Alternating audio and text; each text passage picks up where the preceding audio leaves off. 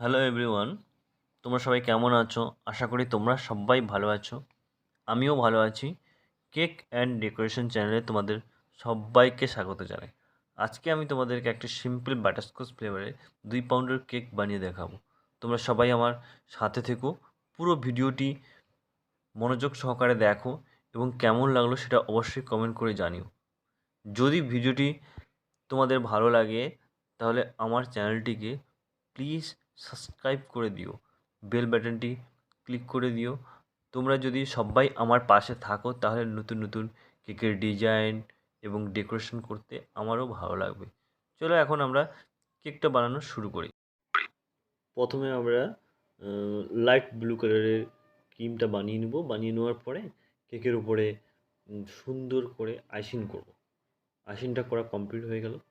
এবার আইসিং হওয়া কমপ্লিট করার পরে কেকটার উপরে কিছু হোয়াইট কালারের ছোট ছোট ফুল বসাবো। ফুলগুলোকে সুন্দর করে কাটতে হবে। ফন্ডেন্টটাকে হোয়াইট কালার ফন্ডেন্টটাকে বেলে নিয়ে ফুলগুলো কাটা শুরু করি। ফুলগুলো কাটা শেষ হয়ে গেলে এবার কেকটার উপরে ডেকোরেশন করতে হবে। ফুলগুলো কাটা শেষ হয়ে গেল।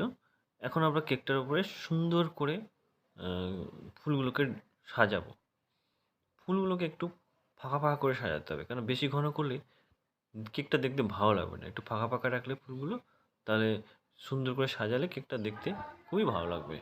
চলো এখন শুরু করা যাক। ফুলগুলো ভালো করে বসিয়ে নিলাম, সুন্দরভাবে ফাঁকা ফাঁকা করে সাজিয়ে নিলাম। ফুলগুলো বসিয়ে কমপ্লিট করার পরে দেখলাম যে কেকটা দেখতে একটু ফাঁকা ফাঁকা লাগছে।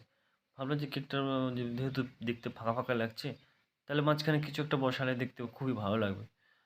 তাই ফুলের মাঝখানে সাধারণত লতা পাতা দিলে দেখতে একটু ভালো লাগে।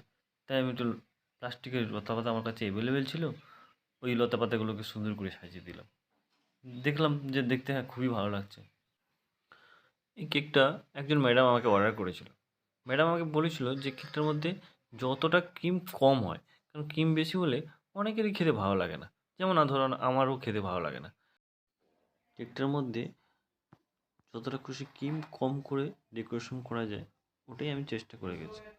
যেহেতু ম্যাডাম বলেছিল ক্রিম খেতে বেশি ভালো লাগে না, তাই এখন কেকটার মধ্যে হালকা ডেকোরেশন করতে আমার বাকি থেকে গেছে, ওটা আমি করে নিই। প্রথমে ক্রিমটাকে ডিপ ব্লু কালারের ক্রিম বানিয়ে একটা পাইপিং ব্যাগের মধ্যে ভরে নেব।